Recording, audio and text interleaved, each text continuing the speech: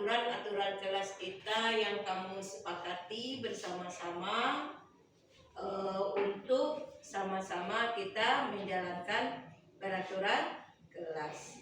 Nah, kita akan membuat 10 peraturan kelas. Berapa?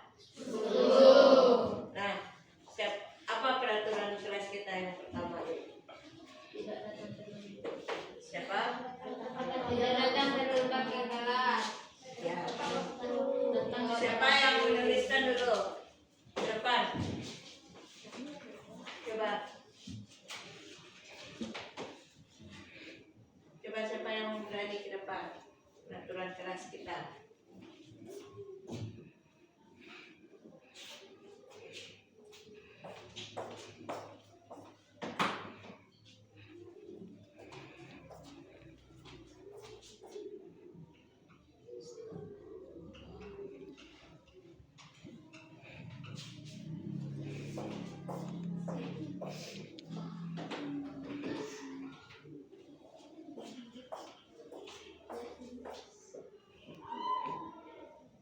Siapa? Nah, coba itu. Kita lanjut aja siapa yang langsung ke depannya.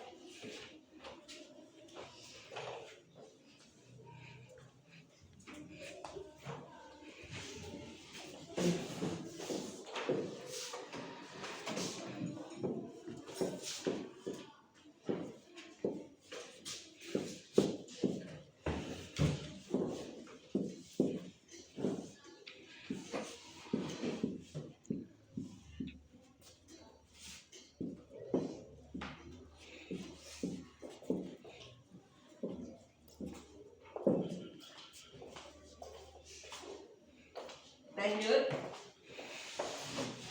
Nomor 2. Coba.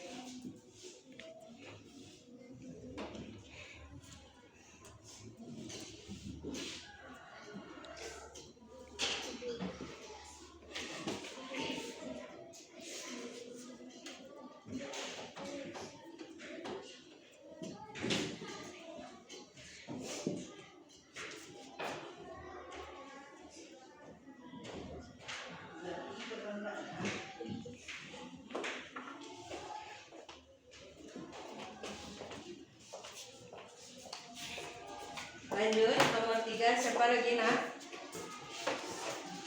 Lanjut aja, lanjut. Langsung diri. Siapa nomor 3?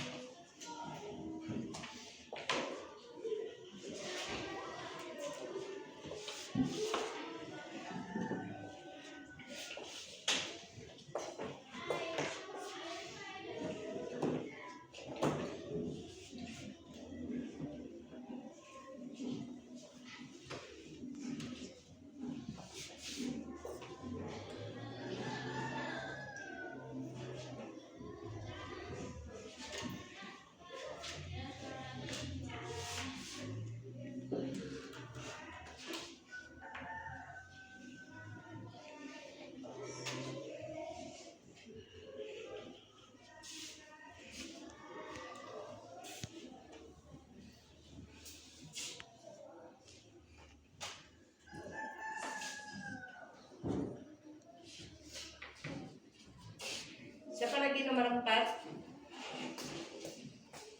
Nomor 4, lanjut. Aurel.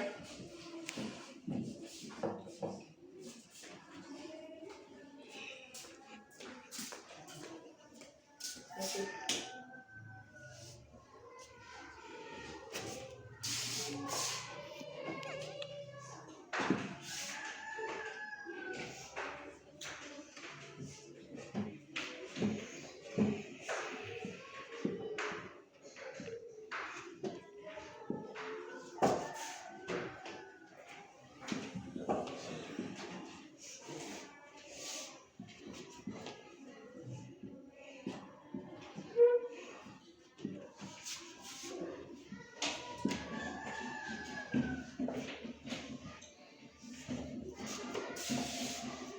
Dah, lanjut lagi nomor 5. Apa lagi? Coba, siapa lagi? Lanjut. Cepat ah, cepat sayang. Siapa lagi? Apa lagi peraturan kelas yang kita akan coba sama?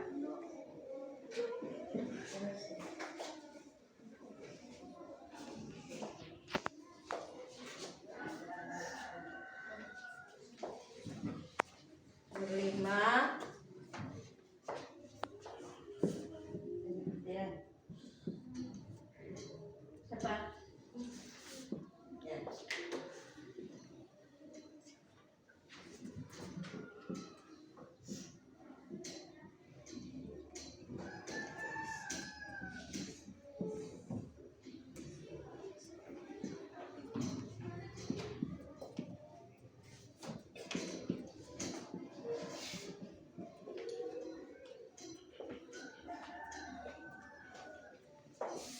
Ya. Bagus, Wisnu lanjut, siapa lagi? Coba.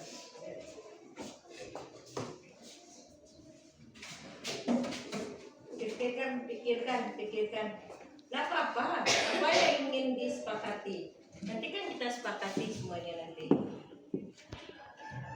Oh, seperti ini, tidak ada yang menyalahkan.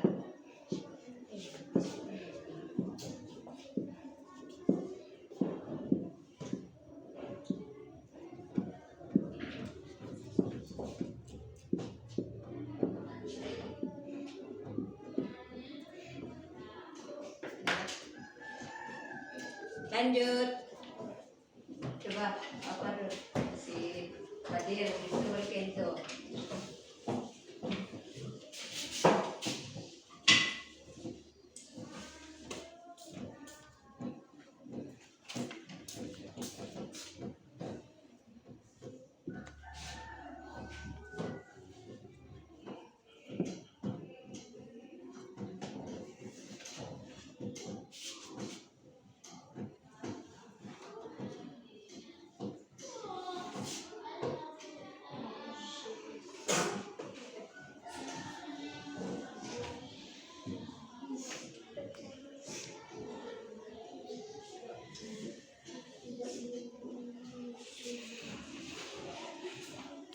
Bagus. Apa lagi? Lanjut lagi.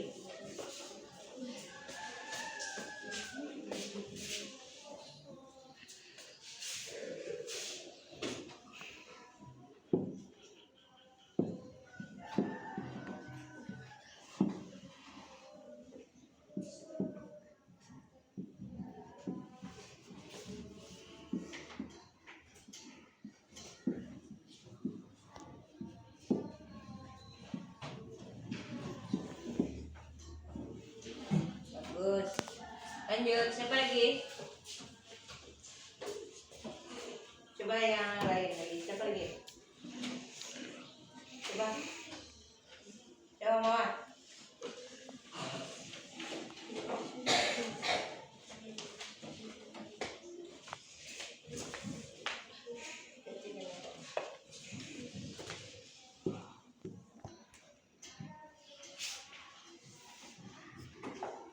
Tinggal satu lagi, cobalah.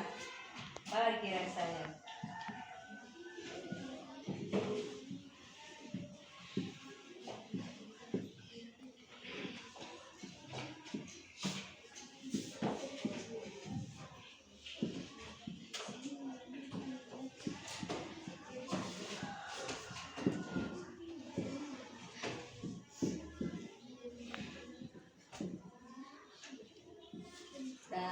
Bagus. Mana lagi? Satu lagi. Coba lah, satu lagi. Begitu.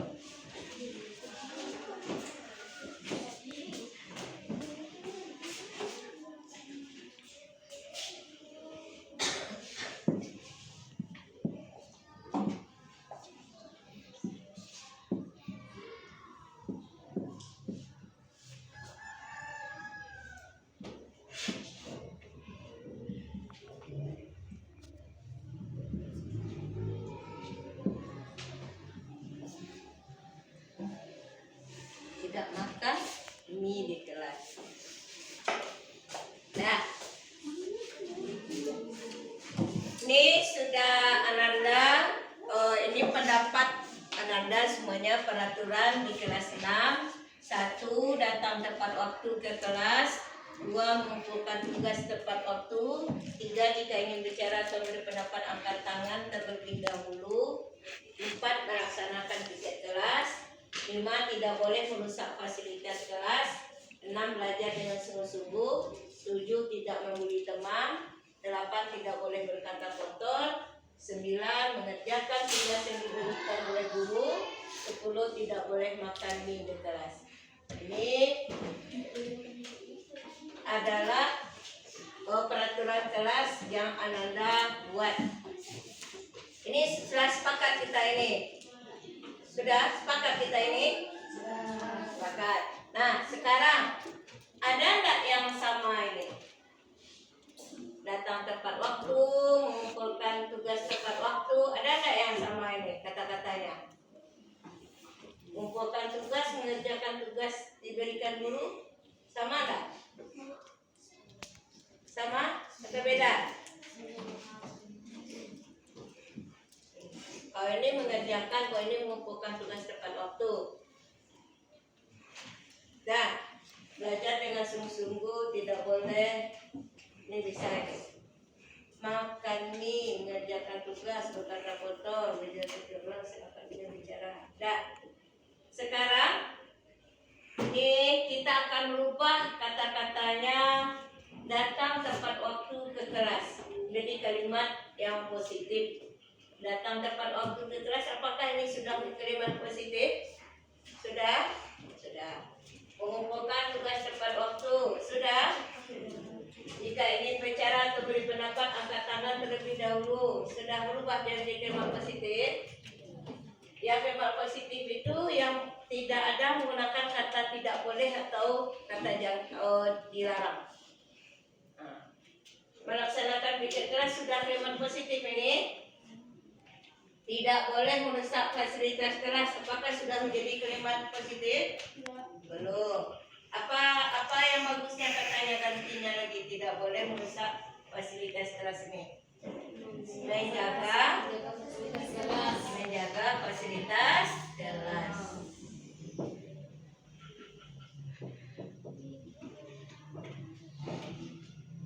Lanjut lagi.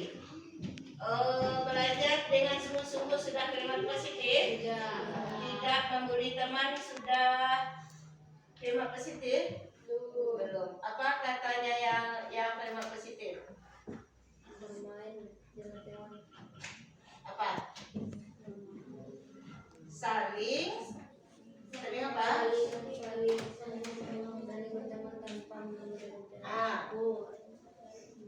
Saling apa aja?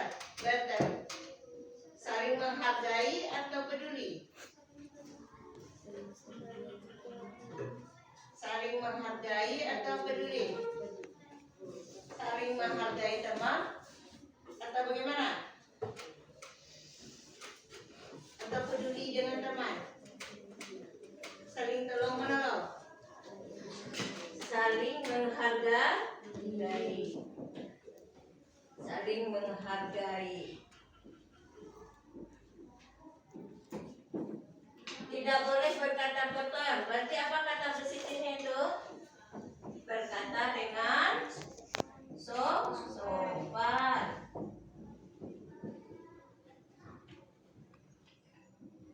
Lanjut lagi. Mengerjakan tugas yang diberikan guru sudah kata positif? Sudah. Tidak boleh makan mie di kelas. Apa kata positifnya? Makan saat istirahat.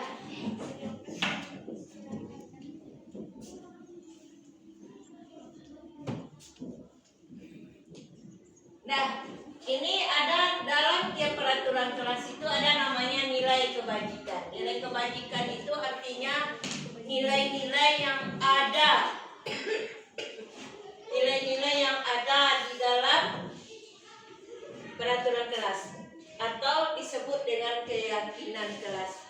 Ini kalau sudah seperti ini sudah disebut dengan keyakinan kelas. Apa itu keyakinan kelas? Sesuatu yang kita sepakati bersama-sama dan kita yakini di kelas kita dan akan kita laksanakan bersama-sama.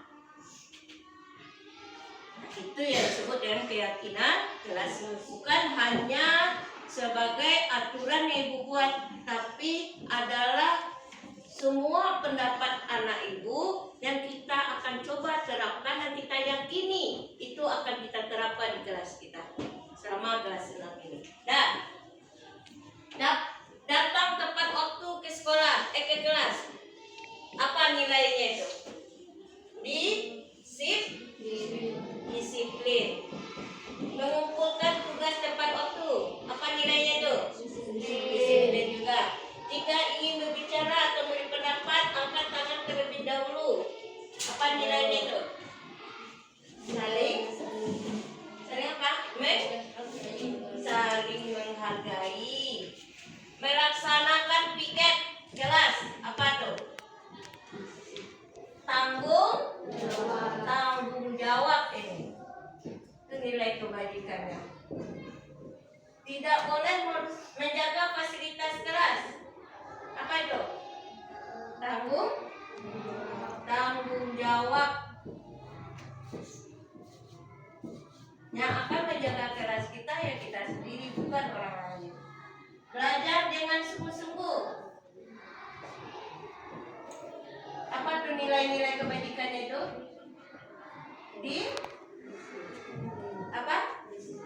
Disiplin. Saling menghargai sesama teman. Berarti saling menghargai. Berkata dengan sopan. Apa adabnya itu? Nilainya itu sopan santun. Bacakan tugas yang diberikan guru. Apa itu? Tanggung jawab ini nilainya. Tidak makan saat istirahat. Apa itu? Nilai kebajikannya makan saat istirahat. Berarti disiplin. Nah, masyarakat ini yang menjadi apa kita keyakinan kelas kita 1, 2, 3 ini dirubah ya yang kata prima positifnya. Dan kata. Nah, inilah keyakinan kelas kita. Apakah kita sudah menyepakati apa yang kita buat ini secara bersama-sama? Sudah. Apakah bisa kita menjalankannya secara bersama-sama? Bisa? Mana soalnya nih? Nah, bisa kita menjalankan. Semoga keyakinan kelas yang baru saja kita buat ini bisa kita laksanakan bersama-sama dengan kesadaran diri kita, tanpa adanya paksaan, tanpa adanya ketakutan, tapi kita sadar ini adalah keyakinan kelas kita yang kita buat bersama-sama. Nah, terima kasih kepada Bapak Ibu yang telah mau meluangkan waktunya untuk berkolaborasi tentang bagaimana diseminasi budaya positif. Tentang di sini saya mengambil penerapan segitiga restitusi. Segitiga restitusi di sini adalah semua tindakan yang dilakukan oleh murid memiliki tujuan, salah satunya adalah mengenai kebutuhan dasar. Di sini kebutuhan dasar murid kita itu ada yang kebutuhan kasih sayang, kebutuhan penguasaan, kebutuhan bertahan hidup, cinta, kebebasan dan kesenangan. Apabila kebutuhan dasar dari manusia yang kita fokuskan di sini sebagai peserta didik tidak terpenuhi, maka akan terjadi sebuah kesalahan-kesalahan yang akan dilakukan oleh murid kita di dalam kelas maupun di dalam sekolah. Contohnya dengan perilaku-perilaku yang melanggar aturan-aturan yang telah kita sepakati, atau untuk mencari perhatian agar mereka mendapat cinta atau kasih sayang yang lebih dari kita sebagai guru.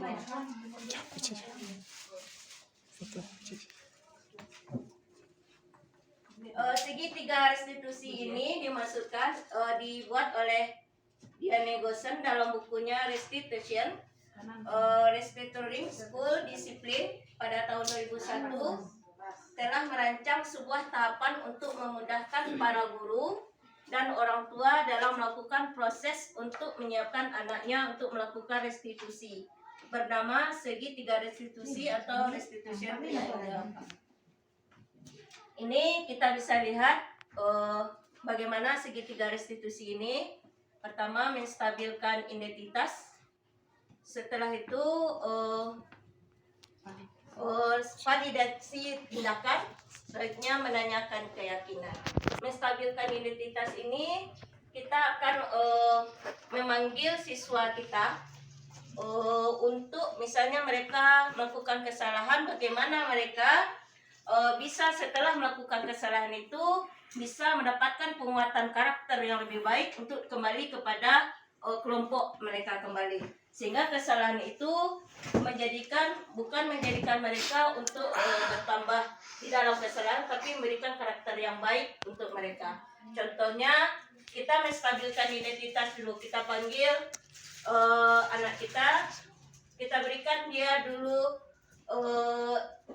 rasa aman, rasa tidak cemas, rasa aman dari ketakutan, karena umumnya anak-anak kita yang telah melakukan kesalahan rasa ketakutannya sangat besar, rasa cemas, rasa dihakimin.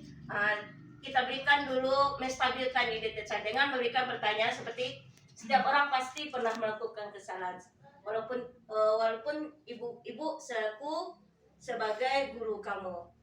Kamu bukan satu-satunya orang yang pernah melakukan kesalahan. Kita stabilkan dulu identitasnya. Selanjutnya, kita lakukan validasi tindakan yang salah. Kamu tentu punya alasan untuk melakukan hal itu. Kita tanyakan dulu, apa alasan dia melakukan perbuatan itu? Ataukah adakah yang cara yang lebih efektif untuk mendapatkan sebenarnya apa yang kamu butuhkan karena kamu melakukan hal yang tersebut atau kesalahan yang mereka lakukan. Setelah mereka mengungkapkan apa yang mereka butuhkan, apa yang ada alasan mereka melakukan seperti itu, kita tanyakan lagi keyakinan keras apa yang telah kita sepakati. Alhamdulillah di sekolah kita keyakinan keras ini telah ada setiap kelas, sehingga kita bisa kembali menanyakan keyakinan keras yang telah kita sepakati. Atau kita tanyakan lagi apa cita-cita mereka atau apa yang mereka inginkan. Kamu ingin menjadi orang yang seperti apa? Itu termasuk dalam menanyakan keyakinan. Segitiga restitusi ini dilakukan sebagai upaya yang dapat dilakukan dalam membangun budaya positif di sekolah. Bagaimana segitiga restitusi ini? Karena setiap anak-anak pasti apabila dia tidak terpenuhi kebutuhan dasarnya tentang kesenangan, kebebasan, tentang apalagi cinta dan kasih sayang, mereka akan melakukan segala cara untuk mendapatkan kebutuhan dasar tersebut. Contohnya dengan melakukan kasus seperti kasus yang terjadi di kelas 6. Bima siswa kelas 6 yang pernah ditangani kelas 6 di sekolah kita. Bima siswa kelas 6 SD melakukan tindakan yang tidak terpuji. Pada saat jam istirahat, Bima memecahkan kaca kelas, bergelut dengan temannya, sehingga tangannya dan tangan temannya terluka dan dilarikan ke puskesmas terdekat. Ini ada videonya yang diunduhkan.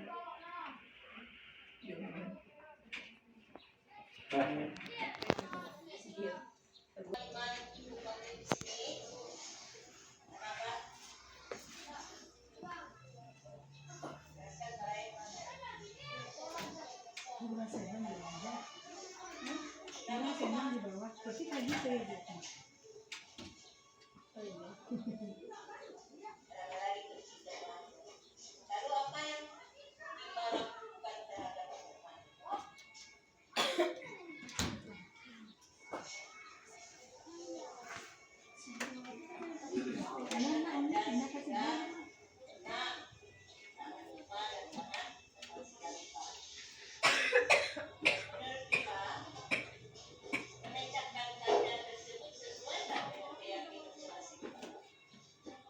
Ini kita telah masuk kepada keyakinan kelas.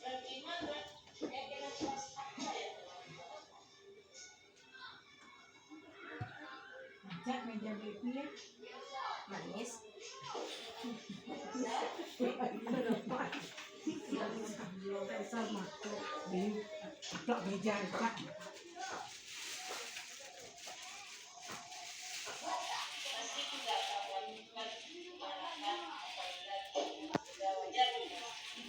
Bagaimana menurut Bima pentingnya untuk mengatasi rasa marah sebesar ini?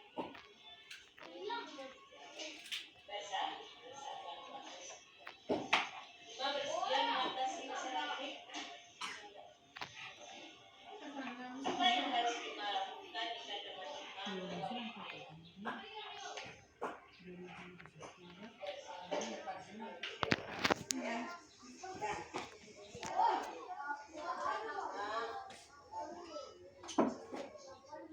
di sini di video segitiga restitusi yang dilakukan kelas 6 ini, pertama adalah menstabilkan identitas dulu, menanyakan kepada Bima bagaimana bahwa setiap orang pernah melakukan kesalahan, lalu dilanjutkan dengan validasi tindakan dengan menanyakan apa penyebabnya, penyebab si Bima ini melakukan memecahkan kaca di kelas 6. Selanjutnya, apa keyakinan kelas yang telah dia langgar. Jadi kita dalam segitiga restitusi ini hanya meluruskan kepada anak pemahaman-pemahaman yang benar. Di sini Bima, kita tanyakan lagi kepada Bima, bagaimana dia mengatasi masalah. Dia kan pemalas, kata dia. Dia terbawa emosi, tidak bisa mengendalikan emosi. Apa yang harus dia lakukan apabila dia menghadapi kejadian-kejadian seperti ini terulang lagi? Maka dia mencarikan solusinya untuk diri dia sendiri. Katanya dia harus lebih bersabar untuk yang akan datang. Tapi di dalam pembelajaran dari segitiga restitusi ini, dalam setelah kejadian pecah kaca ini, dia mungkin lebih bisa mengendalikan emosi dia, karena kita melakukan segitiga restitusi ini hanya sebagai membantu fasilitator kepada anak, memberikan pemahaman yang benar dan memberikan dia lagi kepada tindakan-tindakan yang harus dia lakukannya, sehingga dia mendapatkan lagi kenyamanan dengan kelompok bermain atau kelompok belajarnya. Kita lanjut kepada kasus yang kedua. Ini juga Saifullah merupakan siswa kelas 6 SD. Saifullah mengunci temannya di dalam kelas, yaitu Bima, sehingga Bima memecahkan kaca kelas. Saifullah dan Bima langsung dibawa ke puskesmas terdekat karena terluka. Ini contoh restitusinya, mungkin sama dalam penanganannya.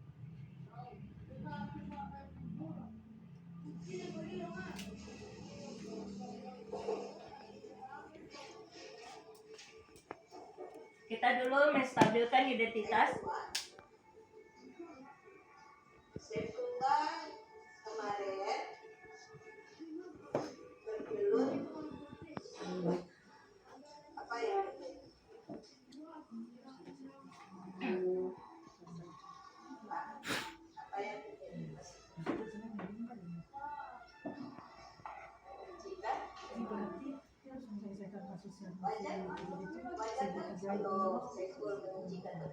Kita stabilkan dulu identitasnya, kita tanyakan dulu apakah perbuatannya itu melanggar atau tidak.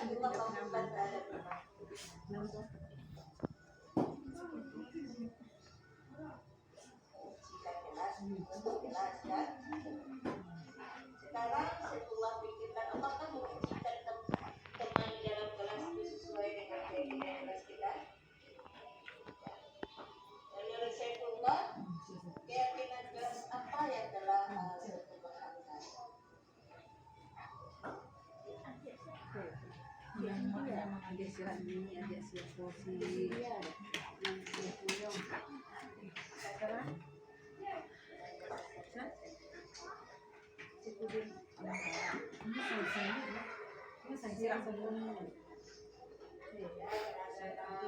lakukan?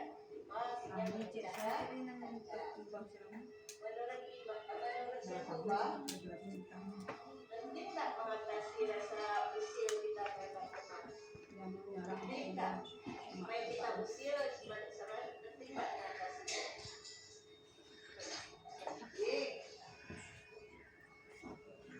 Kita usil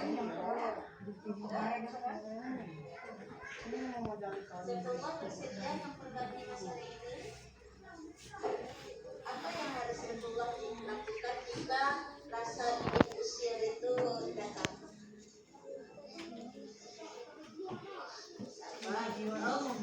Dan berusaha untuk tidak buat sekali jangan akan kembali ke meja. Nah, ini adalah segitiga restitusi kita dalam menstabilkan identitas. Kita berikan dulu kepada anak kita. Bukan berarti kita memberikan penguatan bahwa apa yang mereka lakukan, kesalahan mereka itu benar.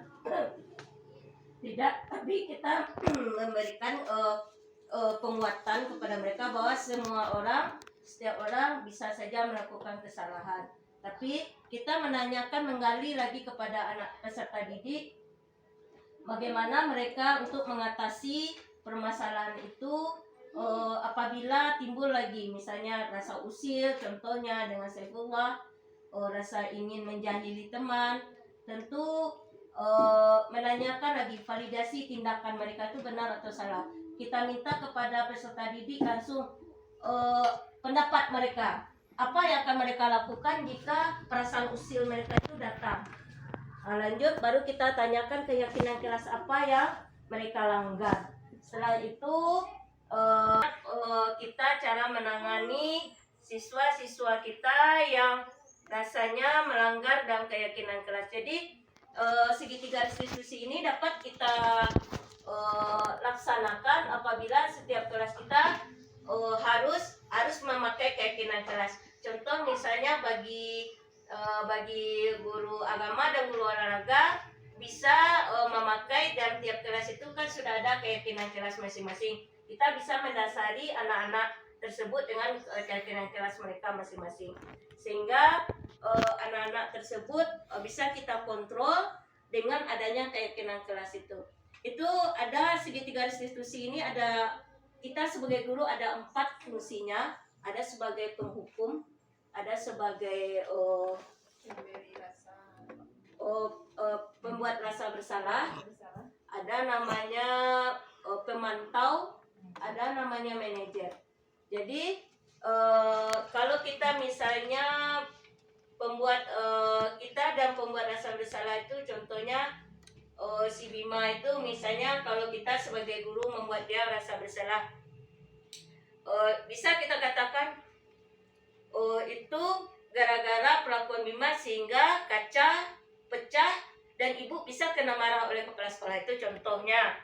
Atau bisa dengan memberikan rasa bersalah kepada Bima dengan memecahkan kaca sehingga Saiful harus dijahit segitu banyaknya. Itu adalah pembuat rasa bersalah sehingga anak akan lebih tertekan.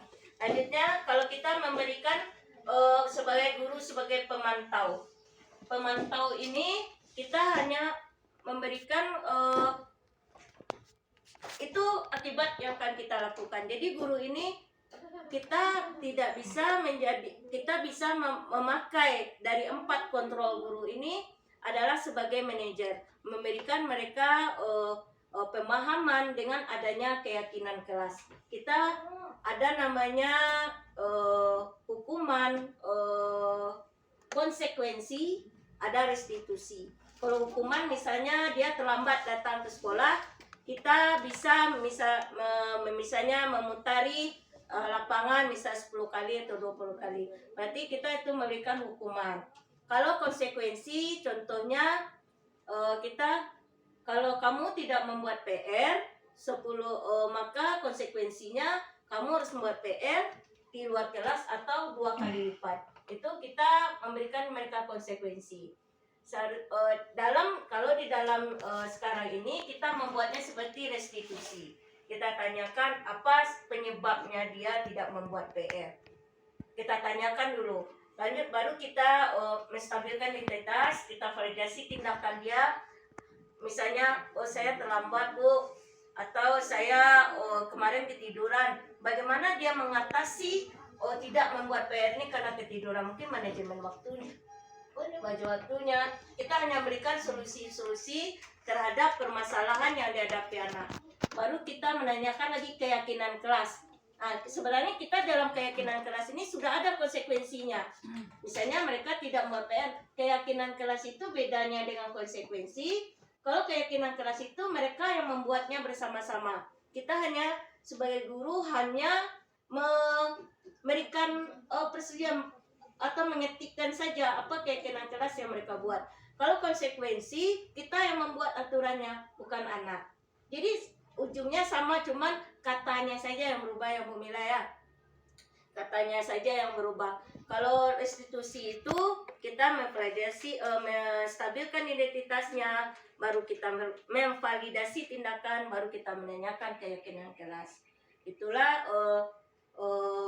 bagaimana penerapan budaya positif yang telah dilakukan di kelas 6, dan semoga budaya positif ini dapat kita lakukan juga di kelas kita masing-masing, sehingga budaya positif ini akan menjadi budaya di sekolah kita untuk memajukan anak-anak kita menjadi sesuai dengan visi dan misi sekolah kita, mewujudkan peserta didik yang beriman dan bertakwa, berakhlak, cerdas, wawasan lingkungan, dan ramah anak. Terima kasih atas kesediaan waktu Bapak Ibu semuanya dalam berkolaborasi tentang penerapan budaya positif di sekolah, khususnya yang diambil di sini adalah segitiga restitusi. Mungkin ada pertanyaan dari Bapak Ibu?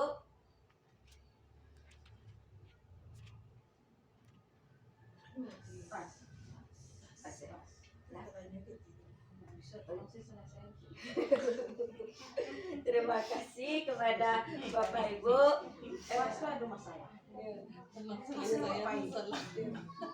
atas waktu yang telah diluangkan. Saya sudahi. Assalamualaikum warahmatullahi wabarakatuh. Waalaikumsalam. Pak Haji, berapa ini?